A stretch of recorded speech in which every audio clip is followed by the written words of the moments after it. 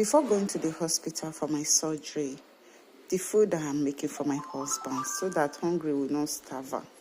So come with me, let me show you how I make this egusi bitter leaf soup. If you want to know how I make it, please keep watching. To begin, I added oil in the pan. I add enough of oil, although the oil was stiff inside. So I have to press the rubber properly, then allow the oil to hot. Then go ahead and add some onions. Once that is done, stir and leave that to fry for at least 2 minutes. 2 minutes later, at this point, it's time to introduce our egusi that we already mixed with water. We added that as well. Once we are done adding, all we do now, I have to make sure everything is wet inside because this plate was fucking me up. So at this point, we are going to give this a thoroughly stir. Once we are done stir, we just have to reduce the heat of the fire a little bit to avoid burning. Leave that to be frying. After some minutes, we have to give it a stir. While cooking this soup, I was as well still cooking another thing. The day I make this soup, I cook at least like four food for my husband. I make oha soup, and I make stew, and I still make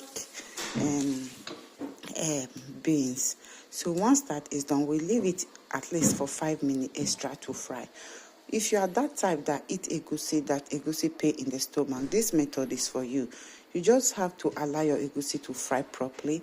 Once we see that our egusi is fried, it's time to introduce our water. We added our water, then we add in our boiled meat that we already boiled offline. So then I added some crayfish blended with bonga fish. I blended together. Then I added that. Then I go in with some seasoning to taste. Then I go ahead and add in some salt. After I've done adding the salt, it's time to introduce our locust beans on it. Then I added that as well. Once that is done, I added our deboned fish that I debone. I take the bone out because whenever my husband is eating food, he see bone, he dislikes that taste of bone. So at this point, it's time to introduce our blended pepper. We added 1 spoon of pepper, then mix together. So before I forget, tell me where you are watching my video from so that I can give you a hug and a kiss. For my new follower, you are welcome to my kitchen. My kitchen is all about cooking and me. So guys, these are the things I make for my husband before going to the hospital for my surgery. If I didn't make this food for my husband, whenever I come back from work, my husband is cooking in the kitchen. It will be easy as if it's somebody's stomach you want to eat the food. At this point, all we do now, we added extra. We add in some bitter leaf, then we stir. Once we are done mixing, we are going to leave this to cook for at least 30 to 35 minutes with a little bit of fire. Although our egusi is already wet cooked, so we just want it to cook properly so that at this point, all we do now, we are going to leave this to cook for at least 30 minutes.